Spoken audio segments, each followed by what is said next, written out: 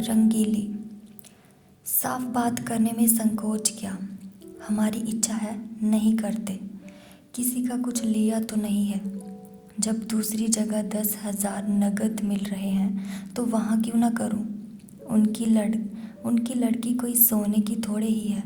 वकील साहब जीते होते तो शर्माते शर्माते 15-20 हज़ार दे मरते। अब वहाँ क्या रखा है। भाल, एक दफ़ा जवान देकर मुकर जाना अच्छी बात नहीं। कोई मुख से कुछ ना कहे पर बदनामी हुए बिना नहीं रहती, मगर तुम्हारी जिद से मजबूर हूँ।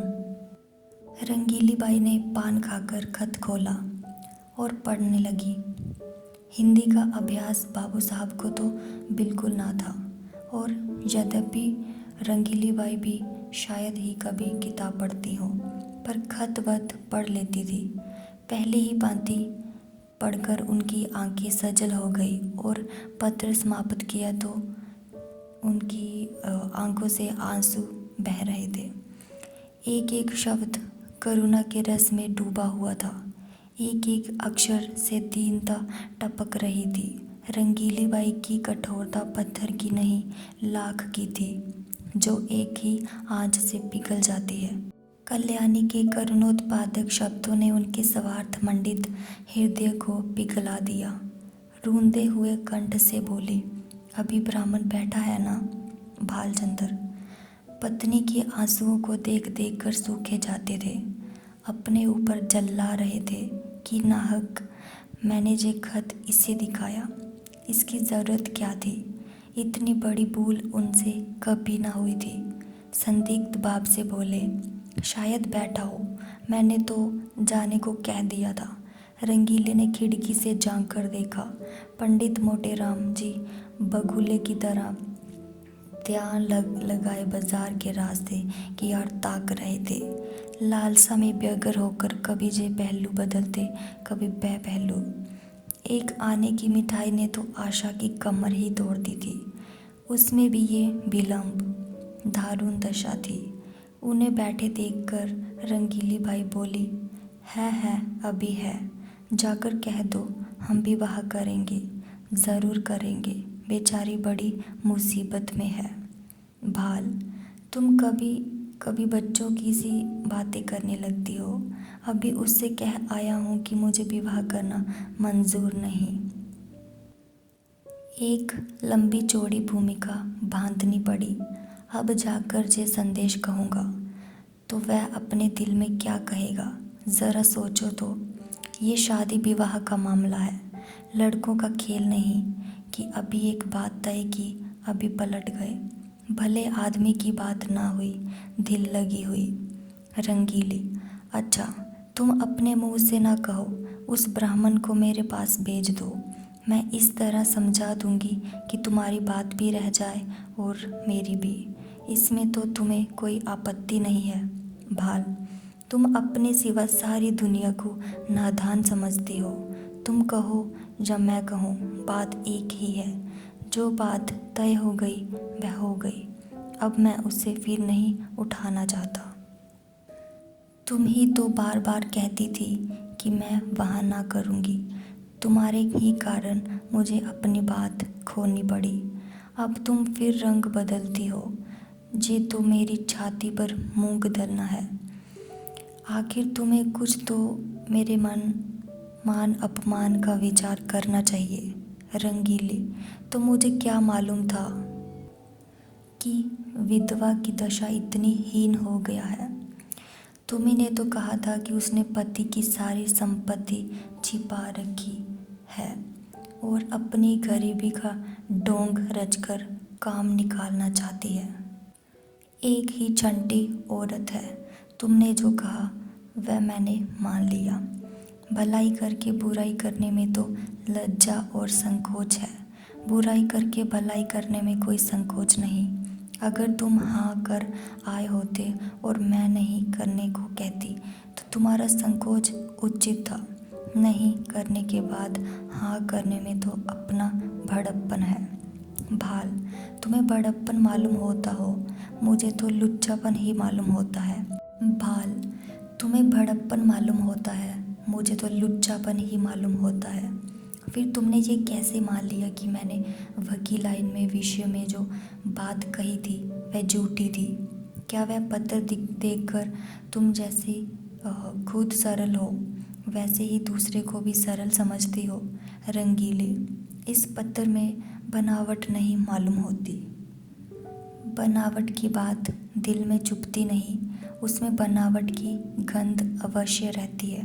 भाल, बनावट की बात तो ऐसी चुभती है कि सच्ची बात उसके सामने बिल्कुल फीकी मालूम होती है।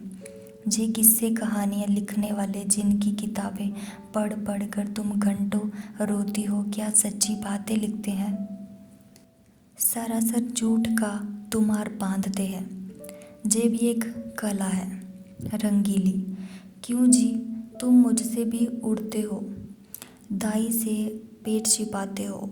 मैं तुम्हारी बातें मान जाती हूँ तो तुम समझते हो इसे चकमा दिया, मगर मैं तुम्हारी एक एक नस पहचानती हूँ। तुम अपना ऐब मेरे सिर मढ़कर खुद बेदाग बचना चाहते हो। बोलो, कुछ झूठ कहती हूँ। जब वकील साहब जीते थे, जो तुमने सोचा था कि ठहराव की ज़रूरत ही क्या है, वे खुद ही जितना उचित समझेंगे देंगे, बल्कि बिना ठहराव के और भी ज़्यादा मिलने की आशा होगी। अब जो वकील साहब का देहांत हो गया तो तरह तरह के हीले हवाले करने लगे। जे भलमनसी नहीं, छोटापन है। इसका इल्ज़ाम भी तुम्हारे सिर है। मैं अब शादी ब्याह के नगीच ना जाऊंगी। तुम्हारी जैसी इच्छा हो करो। ढोंगी आदमियों से मुझे चिढ़ है। जो बात करो सफाई से करो, बुरा हो या अच्छा। हाथी के दांत खाने के और दिखाने के और भाली नीति पर चलना तुम्हें शोभा नहीं देता। भोला, आप भी वहाँ शादी करते हो या नहीं?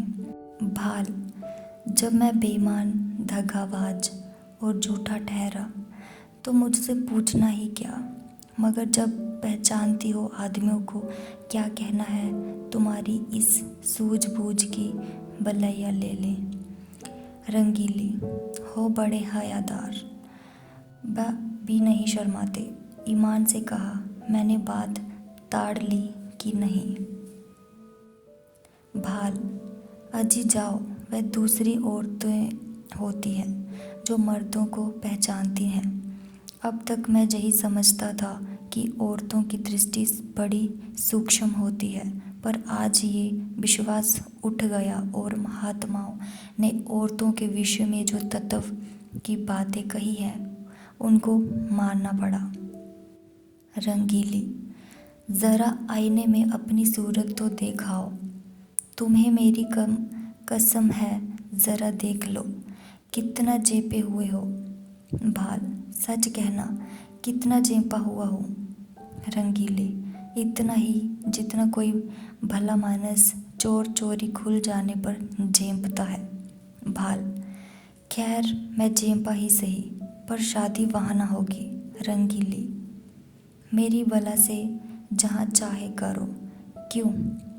भुवन से एक बार क्यों नहीं पूछ लेते? भाल, अच्छी बात है, उसी पर फैसला रहा। रंगीली, ज़रा भी इशारा ना करना। भाल, अजी मैं उसकी तरफ ताकूंगा भी नहीं। संजोग से ठीक इसी वक्त भुवन मोहन भी आ पहुंचा। ऐसे सुंदर सुडौल बलिष्ठ युवक कॉलेजों में बहुत कम देखने में आते हैं। बिल्कुल माँ को पड़ा था। वही गोरा चिट्टा रंग, वही पतले पतले गुलाब की पत्ती के से ओंठ, वही चौड़ा माथा, वही बड़ी बड़ी आंखें। डील डोल बाप का सा था। ऊंचा coat, breeches, tie, boot, hat उस पर खूब लग रहे थे। हाथ में एक हाकी सटेक थे। चाल में जवानी का घरूर था, आंखों में आत्म गौरव। रंगीली ने कहा, आज बड़ी देर लगाई तुमने। ये देखो, तुम्हारी ससुराल से जे खत आया है। तुम्हारी सास ने लिखा है, साफ साफ बतला दो, अभी सवेरा है, तुम्हें वहाँ शादी करना मंजूर है या नहीं? भुवन, शादी करनी तो चाहिए अम्मा, पर मैं करूँगा नहीं। रंगीली, क्यों? भुवन, कहीं ऐसी जगह शादी करवाइए कि खूब रुपए मिले और ना सही 1 लाख का तो डोल हो। वहाँ अब क्या रखा है? वकील साहब रहे ही नहीं, बुढ़िया के पास अब क्या होगा? रंगीली, तुम्हें ऐसी बातें मुंह से निकालते शर्म नहीं आती? भुवन, इसमें शर्म की कौन सी बात है? रुपए किसे काटते हैं? लाख रुपए तो लाख जन्म से भी मैं भी ना जमा कर पाऊंगा। इस साल पास भी हो गया तो कम से कम 5 साल तक रुपए से सूरत नजर ना आएगी। फिर 100-200 रुपए महीने कमाने लगूंगा। 5-6 तक पहुँचते पहुँचते उम्र के 3 भाग बीत जाएंगे। रुपए जमा करने की नौबत ही ना आएगी। दुनिया का कुछ मज़ा ना उठा सकूंगा। किसी धनी की लड़की से शादी हो जाती तो चैन से कटती। मैं ज़्यादा नहीं चाहता, बस 1 लाख हो या फिर कोई ऐसी जायदाद वाली बेवा मिले जिसके एक ही लड़की हो। रंगीली, चाहे औरत कैसे ही मिले। भुवन, धन सारे ऐबों को छिपा देगा। मुझे वह गालियाँ भी सुनाए तो भी चू ना करूं। दुधारू गाय की लात कैसे किसे बुरी मालूम होती है? बाबू साहब ने प्रशंसा सूचक भाव से कहा, हमें उन लोगों के साथ सहानुभूति है और दुखी है कि ईश्वर ने उन्हें विपत्ति में डाला, लेकिन बुद्धि से काम लेकर ही कोई निश्चय करना चाहिए। हम कितने ही फटे हाल हो जाए फिर भी अच्छी खासी बारात हो जाएगी। वहाँ भोजन का भी ठिकाना नहीं, सिवा इसके कि लोग हंसे और कोई नतीजा ना निकलेगा। रंगीली, तुम बाप पूत दोनों एक ही थैली के चट्टे बट्टे हो। दोनों उस गरीब लड़की के गले पर छुरी फेरना चाहते हो। भुवन, जो गरीब है उसे गरीब ही के यहाँ संबंध करना चाहिए, अपनी हैसियत से बढ़कर। रंगीले, चुप भी रह, आया है वहाँ से हैसियत लेकर। तुम कहाँ के धन्ना सेठ हो? कोई आदमी द्वार पर आ जाए तो 1 लोटे पानी को तरस जाए, बड़े हैसियत वाले बने हो। जे कहकर रंगीली वहाँ से उठकर रसोई का प्रबंध करने चले गए। भुवन मोहन मुस्कुराता हुआ अपने कमरे में चला गया और बाबू साहब मूँछों पर ताव देते हुए बाहर आए कि मोटे राम को अंतिम निश्चय सुना दें, पर उनका कहीं पता न था। मोटे राम जी कुछ देर तक तो कहार की राह देखते रहे। जब उसके आने में बहुत देर हुई तो उनसे बैठा न गया। सोचा, यहाँ बैठे बैठे काम न चलेगा, कुछ उद्योग करना चाहिए। भाग्य के भरोसे यहाँ अड़ी किए बैठे रहे तो भूखे मर जाएंगे। जहाँ तुम्हारी दाल नहीं गलने की, चुपके से लकड़ी उठाई और जिधर वह कहार गया था उसी तरफ चले। बाजार थोड़ी ही दूर पर था। एक क्षण में जा पहुँचे। देखा तो बुढ़ा एक हलवाई की दुकान पर बैठा चिल्लम पी रहा था। उसे देखते ही आपने बड़ी बेतकल्लुफ़ी से कहा, अभी कुछ तैयार नहीं है क्या मेहरा? सरकार वहाँ बैठे बिगड़ रहे हैं कि जाकर सो गया जा ताड़ी पीने लगा। मैंने कहा, सरकार ये बात नहीं, बुढ़ा आदमी है, आते ही आते तो आएगा। बड़े भी जिद्दर जीव हैं, ना जाने इनके यहाँ कैसे नौकर टिकते हैं। कहार, मुझे छोड़कर आज तक दूसरा कोई टिका नहीं और ना टिकेगा। साल भर से तलब नहीं मिले, किसी को तलब नहीं देते। जहाँ किसी ने तलब मांगी और लगे ढांढने, बेचारा नौकरी छोड़कर भाग जाता है। वे दोनों आदमी जो पंखा जल रहे थे, सरकारी नौकरी है, सरकार से 2 अर्दली मिले हैं ना, इसी से पड़े हुए हैं। मैं भी सोचता हूँ जैसे तेरा ताना वाना वैसे मेरी भरनी। इस साल कट गए हैं, साल 2 साल और इसी तरह कट जाएंगे। मोटे राम, तो तुम ही अकेले हो, नाम तो कई कहारों का लेते हैं।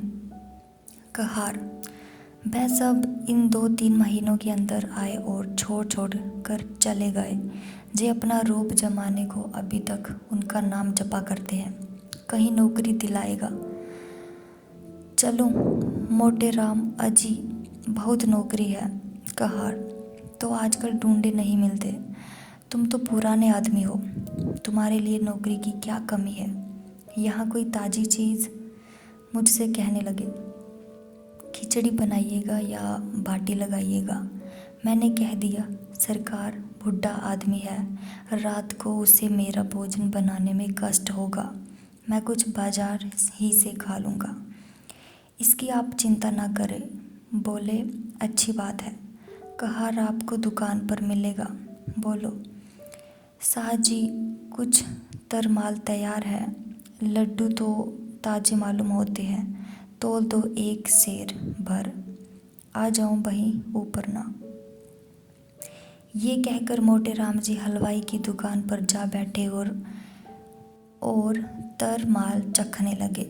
खूब चख कर 2.5-3 सेर सेट कर गए। खाते जाते थे और हलवाई की तारीफ करते जाते थे। शाह जी, तुम्हारी दुकान का जैसा नाम सुना था वैसा ही माल भी पाया। बनारस वाले ऐसे रसगुल्ले नहीं बना पाते, कलाकंद अच्छी बनाते हैं पर तुम्हारी उनसे बुरी नहीं। माल डालने से अच्छी चीज़ नहीं बन जाती, विद्या चाहिए। हलवाई, कुछ और लीजिए महाराज, थोड़ी सी रबड़ी मेरी तरफ से लीजिए। मोटे राम, इच्छा तो नहीं है लेकिन दे दो पावर। हलवाई, पावर क्या लीजिएगा, चीज़ अच्छी है, आध सेर तो लीजिए। खूब इच्छापूर्ण भोजन करके पंडित जी ने थोड़ी देर तक बाजार की सैर की और 9 बजते बजते मकान पर आए। यहाँ सन्नाटा सा छाया हुआ था, एक लालटेन जल रही थी। अपने चबूतरे पर बिस्तर जमाया और सो गए। सवेरे अपने नियम अनुसार कोई 8 बजे उठे तो देखा कि बाबू साहब टहल रहे हैं। इन्हें जगह देखकर वह पालागन कर बोले, महाराज आज रात कहाँ चले गए। मैं बड़ी रात तक आपकी राह देखता रहा, भोजन का सब सामान बड़ी देर तक रखा रहा, जब आज ना आए तो रखवा दिया गया। आपने कुछ भोजन किया था या नहीं। मोटे, हलवाई की दुकान में कुछ खा आया था। भाल, अजीब पूरी मिठाई में वह आनंद कहाँ जो बाटी और दाल में है, बस 12 आने खर्च हो गए होंगे, फिर भी पेट न भरा होगा। आप मेरे मेहमान हैं, जितने पैसे लगे हों ले लीजिएगा। मोटे, आप ही के हलवाई की दुकान पर खाया था, वह जो नुक्कड़ पर बैठता है। भाल, कितने पैसे देने पड़े। मोटे, आपके हिसाब में लिखा दिए हैं। भाल, जितनी मिठाइयाँ ली हो मुझे बता दीजिए, नहीं तो पीछे से बेईमानी करने लगेगा, एक ही ठग है। मोटे, कोई 2.5 सेर मिठाई थी और आधा सेर रबड़ी। बाबू साहब ने विस्फारित नेत्रों से पंडित जी को देखा, मानो कोई अचंभे की बात सुनी हो। 3 सेर तो कभी यहाँ महीने भर का टोटल भी ना होता था, और जे महाशय एक ही बार में कोई 4 रुपये का माल उड़ा गए। अगर 1 आध दिन और रह गए तो यह बैठ जाएगी, पेट है या शैतान की कब्र। 3 सेर कुछ ठिकाना है। उद्विग्न दशा में दौड़े हुए अंदर गए और रंगीली से बोल, कुछ सुनती हो, ये महाशय कल 3 सेर मिठाई उड़ा गए, 3 सेर पक्की तौल। रंगीली बाई ने विस्मित होकर कहा, अजी नहीं, 3 शेर भला क्या खा जाएगा? आदमी है या बैल? भाल, 3 शेर तो अपने मुंह से कह रहा है, 4 शेर से कम न होगा, पक्की तौल। रंगीली, पेट में सनीचर है क्या? भाल, आज और रह गया तो 6 शेर पर हाथ फेरेगा। रंगीली, तो आज रहे ही क्यों? खत का जवाब जो देना देकर विदा करो। अगर रहे तो साफ कह देना कि हमारे यहाँ मिठाई मुफ्त नहीं आती। खिचड़ी बनाना हो बनावे, नहीं तो अपनी राह ले। जिन्हें ऐसे पेटों को खिलाने से मुक्ति मिलती हो वे खिलाए, हमें ऐसी मुक्ति ना चाहिए। मगर पंडित विदा होने को तैयार बैठे थे, इसलिए बाबू साहब को कौशल से काम लेने की ज़रूरत ना पड़ी। पूछा, क्या तैयारी कर दी महाराज? मोटे, हाँ सरकार, अब चलूँगा। 9 बजे की गाड़ी मिलेगी ना? भाल, भला आज तो हो रही है। जय कहते कहते बाबूजी को भय हुआ कि कहीं जय महाराज सचमुच ना रह जाए, इसलिए वाक्य को यूं पूरा किया, हाँ वहाँ भी लोग आपका इंतज़ार कर रहे होंगे। मोटे, 1-2 दिन की तो कोई बात ना थी, और विचार भी यही था कि त्रिवेणी का स्नान करूँगा। पर बुरा न मानिए तो कहूँ, आप लोगों में ब्राह्मणों के प्रति लेश मात्र भी श्रद्धा नहीं है। हमारे जजमान हैं जो हमारा मुंह जोते रहते हैं कि पंडित जी कोई आज्ञा दे तो उसका पालन करें। हम उनके द्वारा पर पहुंच जाते हैं तो वे अपना धन्य भाग्य समझते हैं और सारा घर छोटे से बड़े तक हमारी सेवा सत्कार में मगन हो जाते हैं। जहाँ अपना आदर नहीं वहाँ एक क्षण भी ठहरना असहाय है। जहाँ ब्राह्मण का आदर नहीं वहाँ कल्याण नहीं हो सकता। भाल, महाराज हमसे तो ऐसा अपराध नहीं हुआ। मोटे, अपराध नहीं हुआ, और अपराध कहते किसे हैं? अभी आप ही ने घर में जाकर कहा कि जय महाशय 3 शेर मिठाई चट कर गए।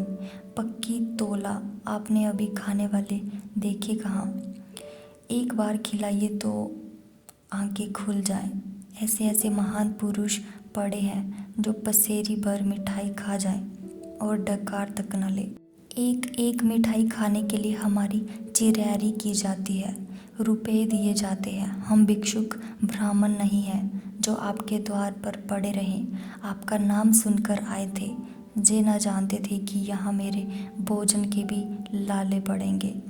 जाइए, भगवान आपका कल्याण करे। बाबू साहब, ऐसा जेपे की मुंह से बात न निकली। जिंदगी भर में उन पर कभी ऐसी फटकार न पड़ी थी। बहुत बातें बनाई, अपनी चर्चा न थी, एक दूसरे ही महाशय की बात थी। लेकिन पंडित जी का क्रोध शांत न हुआ। वह सब कुछ सह सकते थे पर अपने पेट की निंदा ना सह सकते थे। औरतों को रूप की निंदा जितनी प्रिय लगती है उससे कहीं अधिक अप्रिय पुरुषों को अपने पेट की निंदा लगती है। बाबू साहब मनाते तो थे पर धड़का भी समाया हुआ था जो टिक ना जाए। उनकी कृपणता का पर्दा खुल गया था, अब इसमें संदेह न था। उस पर्दे को ढांकना जरूरी था। अपनी कृपणता को छिपाने के लिए उन्होंने कोई बात उठा न रखी, पर होने वाली बात होकर रही। पछता रहे थे कि कहाँ से घर में इसकी बात कहने गया, और कहा भी तो उच्च स्वर में। जे तो दुष्ट भी कान लगाए सुनता रहा, किंतु अब पछताने से क्या हो सकता था। ना जाने किस मनहूस की सूरत देखी थी ये विपत्ति घले पड़ी। अगर इस वक्त यहाँ से रुष्ट होकर चला गया तो वहाँ जाकर बदनाम करेगा और मेरा सारा कौशल खुल जाएगा। अब तो इसका मुंह बंद कर देना ही पड़ेगा। ये सोच विचार करते हुए वह घर में जाकर रंगीली भाई से बोले, इस दुष्ट ने हमारी तुम्हारी बातें सुन ली, रूठ कर चला जा रहा है। रंगीली, जब तुम जानते थे कि द्वार पर खड़ा है तो धीरे से क्यों ना बोले। भाल, विपत्ति आती है तो अकेले नहीं आती। जे क्या जानता था कि वह द्वार पर कान लगाए खड़ा है। रंगीली, ना जाने किसका मुंह देखा था। बाल, वही दुष्ट सामने लेटा हुआ था। जानता तो उधर ताकता ही नहीं। अब तो इसे कुछ दे दिलाकर राजी करना पड़ेगा। रंगीली, ओह जाने भी दो। जब तुम्हें वहाँ विवाह ही नहीं करना तो क्या परवाह है। जो चाहे समझे, जो चाहे कहे। वाल, यूँ जान ना बचेगी। आओ 10 रुपये विदाई के बहाने दे दूँ। ईश्वर फिर इस मनहूस की सूरत ना दिखाए। रंगीली ने बहुत अछताते पछताते 10 रुपये निकाले और बाबू साहब ने उन्हें ले जाकर पंडित जी के चरणों पर रख दिया। पंडित जी ने दिल में कहा, दत्तेरे मक्खी चूस की, ऐसा रगड़ा कि याद करोगे। तुम समझते होंगे कि 10 रुपये देकर इसे उल्लू बना लूँगा। इस फेर में न रहना। यहाँ तुम्हारी नस नस पहचानते हैं। रुपए जेब में रख लिए और आशीर्वाद देकर अपनी राह ली। बाबू साहब बड़ी देर तक खड़े सोच रहे थे। मालूम नहीं अब भी मुझे कृपण ही समझ रहा है या पर्दा ढंक देगा। कहीं ये रुपए भी तो पानी में नहीं गिर पड़े।